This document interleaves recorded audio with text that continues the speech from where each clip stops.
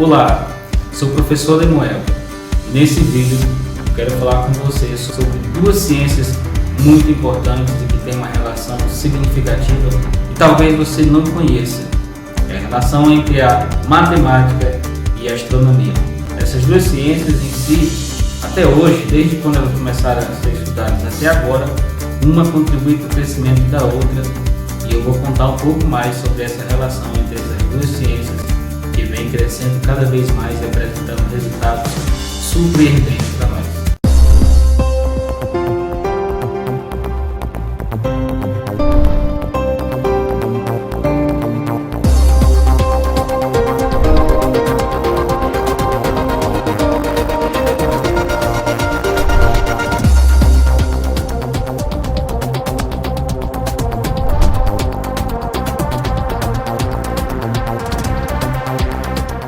Frequentemente eu escuto a pergunta: estou estudando isso para quê? Essa pergunta ela é feita toda vez que eu apresento o assunto de matemática que aparentemente não tem uma aplicação no dia a dia, uma aplicação no cotidiano. Essa parece ser uma preocupação de todos da educação matemática, inclusive para alguns que não estudam muito a educação matemática. É comum que as pessoas só queiram estudar os assuntos da matemática que podem ser usados no cotidiano e acredite, não são só alunos que pensam dessa maneira. É verdade que tem muitos assuntos cuja aplicação não é tão fácil de enxergar, mas existem sim aplicações. Um exemplo disso é a astronomia. É bem verdade que tem vários assuntos dentro da matemática que ao longo da história foram apontando para outros resultados, além do necessário para as atividades diárias. E que bom que isso aconteceu, porque muito do que temos de tecnologia hoje é fruto de um estudo matemático sistemático. Tem um estudo sistemático da matemática. Se matemáticos do passado tivessem se acomodado ao uso da matemática para resolver somente problemas do cotidiano, não teríamos a internet hoje, por exemplo. Bom, acredito que essa dúvida sobre o porquê estudamos tal conteúdo da matemática seja sanada até o final desse vídeo. Como bem sabemos, a matemática surgiu por causa da necessidade de resolver problemas do cotidiano, do dia a dia. E com o passar do tempo, é que alguns estudiosos começaram a pensar na matemática de forma mais sistemática, pensamento mais sistemático sobre ela. Essa forma de olhar para a matemática trouxe resultados surpreendentes que deixaram os estudiosos da época eufóricos e com vontade de aprofundar ainda mais. Os estudos realizados em cada época foi passado para as próximas gerações. É fácil ver que esse assunto aprofundado, esse estudo aprofundado da matemática, foi o que possibilitou as melhorias na tecnologia. Aí entra a astronomia na história. Para você entender melhor, eu vou mostrar para você a relação da matemática com a astronomia e depois vou mostrar alguns resultados importantes que trouxeram benefícios em forma de tecnologia para você e para mim. A astronomia é uma ciência que busca observar e compreender os fenômenos que acontecem fora da atmosfera da Terra. Não só os fenômenos, mas também os feitos, como são feitos os corpos celestes. As primeiras observações do espaço foram feitas por civilizações bem antigas. Primeiramente, muitas delas consideravam os astros como deuses. Então viviam observando o céu e as estrelas.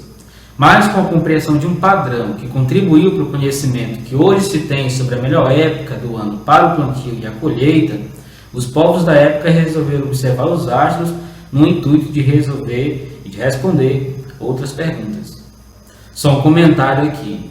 Foi por meio de observações que foi possível entender que existe um certo padrão no movimento de translação dos astros, inclusive qual o desenho formado pela rota que ele faz ao redor de outro astro. Fez alguma conexão quando eu falei movimento de translação? É aquela transformação que você estuda junto com a rotação e a reflexão.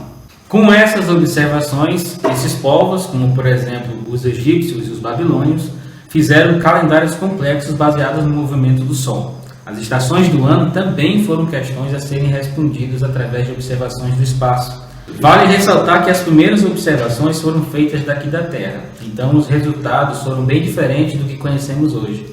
Por exemplo, as primeiras representações do Sistema Solar colocavam a Terra como centro, com o Sol e a Lua girando ao redor dela. Quase 2000 anos antes de Copérnico propor a ideia de que a Terra gira ao redor do Sol, o filósofo Aristarco de Samos já havia proposto essa ideia e também já havia conseguido calcular o tamanho do Sol e da Lua em relação à Terra.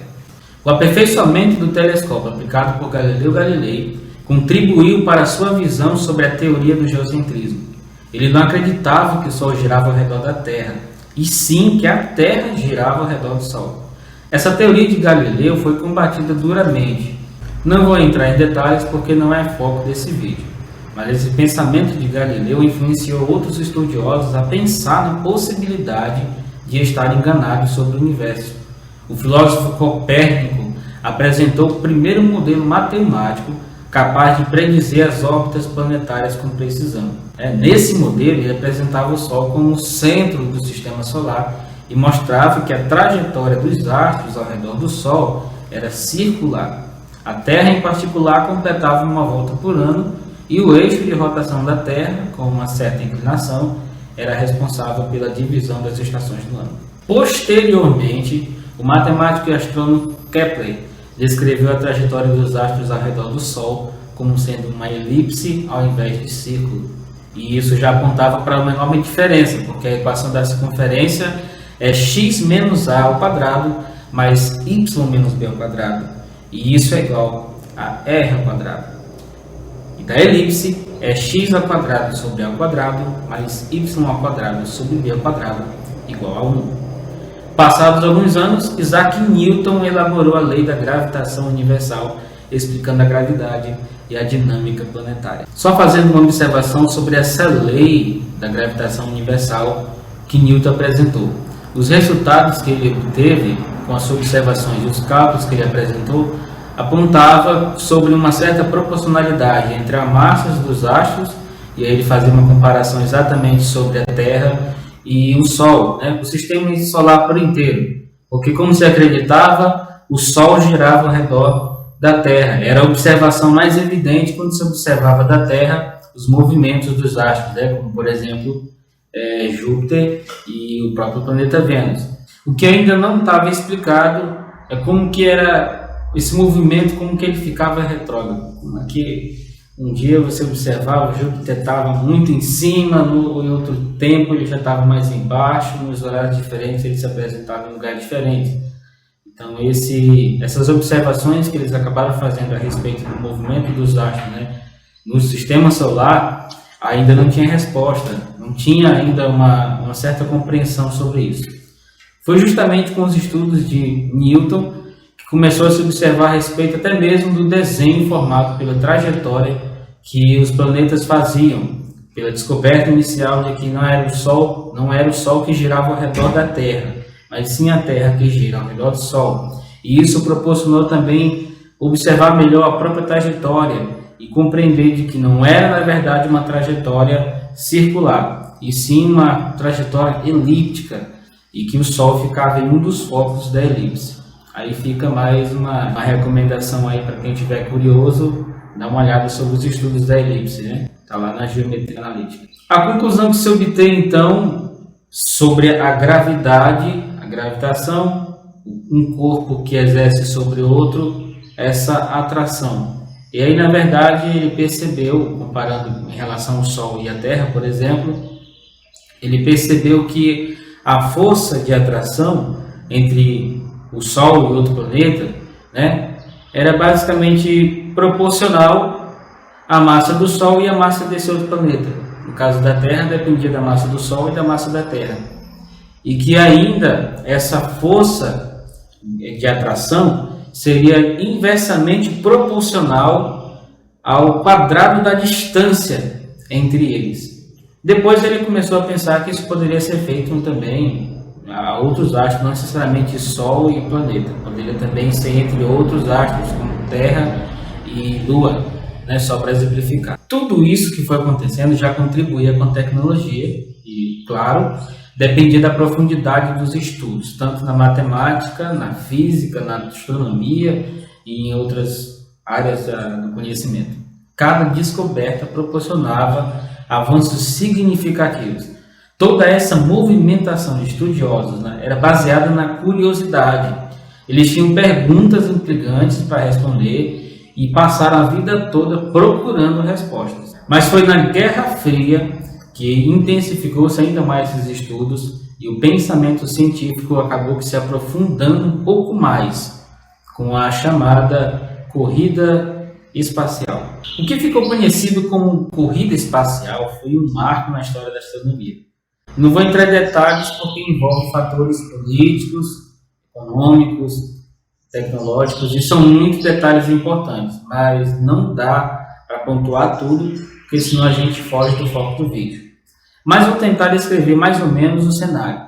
No final da Segunda Guerra Mundial, os Estados Unidos lançaram as bombas atômicas e o mundo inteiro conheceu o poder de destruição do armamento dos Estados Unidos. Não muito tempo depois, a União Soviética fazia testes com a bomba atômica que ela desenvolveu. Ou seja, não eram só os Estados Unidos que tinham uma bomba atômica e ficavam os dois países com medo de um jogar bomba no outro. A exploração espacial então apontava para um domínio militar, político e tecnológico. E é óbvio que nenhum dos dois países queria ficar para trás. Todos os estudos feitos para cada lançamento, na época da corrida espacial, envolviam cálculos matemáticos e aplicações da física e, é claro, o que já se sabia sobre a astronomia, inclusive a própria gravitação universal. Como já sabemos, a intenção de cada país, em primeiro lugar, era chegar à Lua, e isso já após a corrida espacial já ter se desenrolado um pouco mais. Quem chegasse primeiro à Lua venceria a corrida espacial e demonstraria ter melhor tecnologia e demonstraria também ter maior poder econômico. Para viajar até chegar à Lua, era preciso saber como colocar um objeto em órbita. E para isso tiveram que melhorar na tecnologia e serem mais precisos nos cálculos. Os resultados que cada país ia obtendo a cada lançamento eram surpreendentes e apresentavam grandes avanços na tecnologia que hoje desfrutamos. Um desses resultados é o que conhecemos como piloto automático comum dos aviões. Antes da corrida espacial, os pilotos controlavam as aeronaves de modo mecânico, com cabos e hastes. Nas missões ao espaço, o fator erro humano precisava ser diminuído para evitar prejuízos na missão e garantir melhor aproveitamento dos resultados. Daí, foi criado um sistema de orientação por computador, que possibilitou ao computador armazenar grande quantidade de dados. Essa tecnologia adaptada aos aviões diminuiu consideravelmente o fator erro humano nos acidentes aéreos, principalmente porque o próprio avião, por meio de computadores, corrige possíveis erros que os pilotos estejam cometendo durante o voo. Outra inovação foi a análise de perigo e pontos críticos de controle. Não havia garantias que a comida dos astronautas estaria longe de contaminação. Então, adotaram essa técnica que permitia acompanhar cada etapa da fabricação dos alimentos e identificar o que poderia dar errado, para posteriormente tomar as medidas cabíveis para a prevenção. Essa técnica foi adotada no mundo inteiro, inclusive aqui no Brasil na década de 90. Com certeza você já sabe sobre as destruições que podem ser causadas por um terremoto. Existem lugares no mundo em que os terremotos acontecem com mais frequência. Uma tecnologia utilizada para aliviar os impactos causados pelos terremotos às estruturas de prédios e pontes, por exemplo, foram os amortecedores com fluidos compressíveis. Esses amortecedores foram desenvolvidos com o intuito de impedir que os tubos de combustível se chocassem com o veículo durante a decolagem no momento do lançamento da Apollo, lá nas missões espaciais. Isso precisava ser feito porque os foguetes precisavam ficar conectados aos tubos de combustível na base de lançamento até o último segundo. O desafio foi grande, mas o resultado trouxe benefícios que duram até hoje. Outro resultado importante é o isolamento térmico, bem perceptível na roupa espacial. Essa roupa ainda é usada pelos astronautas nas missões atuais, mas o mesmo material também se mostrou eficaz com as adaptações que foram feitas para atletas ao final das maratonas, para evitar que o corpo mude de temperatura rapidamente, e também para a proteção dos componentes das máquinas de ressonância magnética usadas por médicos. Inclusive, aqueles monitores utilizados em hospitais que mostram informações do paciente foram também adaptações dos monitores utilizados para mostrar as informações sobre os tripulantes da Apollo durante a missão. Informações como pressão sanguínea, batimentos cardíacos e temperatura do corpo. Bom, eu apresentei alguns dos resultados que foram obtidos durante a disputa pela conquista do espaço. Os avanços que os países pretendiam inicialmente aparentavam seguir o pensamento militar, mas ao decorrer dos anos, a visão foi se tornando cada vez mais científica. Alguém deve estar se perguntando, sim, e o que a matemática tem a ver com os resultados da corrida espacial? Aparentemente não tem nada a ver, mas é claro que tem. Sem os cálculos matemáticos não seria possível ter sucesso nas missões espaciais, nem seria possível desenvolver as tecnologias necessárias para cumprir as missões. Por exemplo, a lei da gravitação universal não poderia ser descartada nas missões. Também deveria ser pensado que tanto a Terra como a Lua possuem suas órbitas. Então, tudo que fosse enviado para lá tinha que ter uma trajetória bem desenhada, sem erros de cálculo. O matemático Eratóstenes era bem curioso e ele resolveu medir a distância, de Alexandria, a cidade onde ele estava morando, para o centro da Terra. Simplesmente calculando a circunferência. E isso possibilitava para ele calcular tanto o raio da circunferência como também o diâmetro dela. As descobertas sobre essa relação do diâmetro e do raio de uma circunferência já era algo já conhecido. E Eratóstenes simplesmente queria calcular a circunferência da Terra por inteiro. Até antes não teria sido feito um cálculo de comprimento de uma circunferência tão grande como essa. Mas ele estava simplesmente determinado a fazer isso. E utilizou umas ideias bem interessantes, por exemplo, o raio solar. Tendo conhecimento de que lá em Siena havia um certo poço e que em determinada época do ano, uma data do ano, os raios solares entravam nesse poço sem possibilitar sombras, ele fez então estudos baseados nessa informação. Se isso acontecia em Siena, que era uma cidade ao sul do Egito, lá em Alexandria, uma cidade vizinha, possivelmente existiria sombra projetadas quando o raio solar batesse em alguns objetos lá em Alexandria. O objeto que ele utilizou nesse caso foi uma madeira, foi um pedaço de madeira que ele colocou e observou então a sombra projetada e fez o cálculo exatamente do tamanho dessa sombra. Essas observações, principalmente tendo conhecimento de que um círculo possuía ao final 360 graus, ele precisava saber exatamente qual era o grau formado, vamos dizer assim, a fração do círculo, da circunferência, que determinava exatamente qual era o grau. E ele precisava saber disso também, comparando a distância de Siena para Alexandria. Há rumores de que provavelmente ele pagou alguém para fazer, tem outros estudiosos que dizem que não foi isso que aconteceu, que ele mesmo foi caminhando e calculou a distância, ou que um servo dele foi caminhando e contando os passos que ele ia dando. A forma como ele fez isso não vai interessar muito. O importante é que ele calculou essa distância e fez as divisões normais e conseguiu esse ângulo de 7,2, basicamente. E aí ele conseguiu fazer o tamanho da circunferência, fazer uma estimativa da circunferência. Porque já que ele tinha conseguido 360 graus e o ângulo de 7,2, ele fez a divisão 360 por 7,2 e encontrou 50. Ou seja, dava para dividir toda a circunferência em 50 fatias. E aí então ele fez simplesmente cálculos baseados na distância de Siena para Alexandria e ele conseguiu o tamanho da circunferência como um todo. Essa história de Eratóstenes ela traz para a gente uma certa reflexão. Eratóstenes era curioso e não era só curioso, ele também procurava satisfazer as suas curiosidades, procurava em todo momento, e em todo momento ele estava pensando sobre como responder, como ter meios de satisfazer essa curiosidade que ele tinha. E de certa forma, essas relações que nós podemos fazer entre matemática e outras áreas do saber, outras áreas do conhecimento, é importante demais, mas é importante mesmo. Você já parou para pensar se nas escolas, por exemplo, só ensinasse aquilo que nós usamos no dia a dia, somente aquilo que nós precisamos para o nosso dia a dia?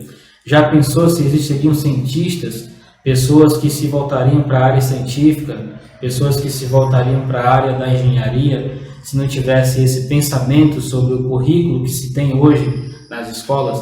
Será que o estudo sobre genética, e que também alguém que quer estudar engenharia acaba sendo submetido, será que isso não seria importante para estimular pessoas a estudar a medicina, a estudar a biologia, estudar a genética? Todas elas têm algumas aplicações e são importantes que se levem em consideração todas essas contribuições. Inclusive a matemática tem contribuições na genética. A probabilidade é algo muito importante, a matemática se envolve nisso. Todos esses assuntos relacionados, principalmente os avanços que a astronomia teve com o apoio da matemática e vice-versa, que a matemática também teve grandes avanços com o estudo em astronomia, nós podemos perceber que é muito importante, que a matemática é importante para outras coisas, que o estudo sistemático da matemática, ou seja, assuntos que não estão relacionados ao nosso dia a dia, são importantes também. Quando nós desfrutamos de uma tecnologia de ponta, como hoje se procura ter, e sempre se procura ter uma tecnologia a melhor possível, deve-se também a esses estudos que foram realizados no passado, a esses pensamentos mais aprofundados no passado, a essa preocupação de responder perguntas, a essa preocupação em procurar respostas para essas perguntas e que trouxe para nós resultados importantíssimos. Se nós pudéssemos então estudar tudo isso, procurar a fundo, todas as informações a respeito das contribuições da matemática, não só da matemática, mas de outras áreas do conhecimento, nós teríamos não só um conhecimento a mais, mas uma visão bem diferente, mais panorâmica, um pensamento bem mais amplo, uma visão mais ampla sobre tudo isso, sobre o universo que a gente vive, sobre o que a gente precisa fazer, sobre o que a gente precisa estudar, o que é melhor estudar, como estudar. Os pontos de vista podem mudar, mas o conhecimento continua sendo o mesmo. É importante que você leve em consideração as informações que foram passadas nesse vídeo sobre as contribuições da matemática para a astronomia e o resultado que se obteve dessa contribuição. As tecnologias que eu apresentei nesse vídeo são apenas algumas que nós tivemos sobre esses estudos, que obtivemos dos estudos feitos na astronomia, na corrida espacial e em vários outros pontos também. Não só na corrida espacial, mas no passado, bem antes disso, já haviam certas pesquisas a respeito disso. As primeiras observações do espaço que foram feitas da Terra, posteriormente as observações que foram feitas por telescópios fora da Terra. Então são contribuições da matemática muito importantes e que nós não podemos descartar. Então, a matemática fez contribuições fortíssimas para a astronomia. Uma sempre contribuindo com o crescimento da outra. Duas ciências extremamente grandes, mas que são grandes porque uma vai complementando a outra. O que nós vimos nesse vídeo é simplesmente uma tentativa de esclarecer que existe uma contribuição, ainda existe essa contribuição. Os avanços da astronomia ainda dependem da matemática.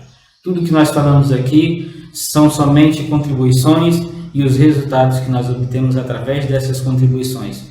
Resultados que nós desfrutamos todos os dias, simplesmente porque pessoas pesquisaram, pessoas estudaram, pessoas procuraram respostas para muitas perguntas e acredite, existem muitas outras perguntas que ainda não foram respondidas. Então essa contribuição vai continuar existindo até que elas possam ser respondidas. Então é isso, pessoal. É assim que a matemática se relaciona com a astronomia. Se você ficou com dúvida ou teve algum assunto do vídeo que você queira que eu fale com mais profundidade, deixa aí nos comentários que eu vou ter o maior prazer em te ajudar. Esse foi o vídeo de hoje. Agradeço pela sua audiência e te espero no próximo vídeo.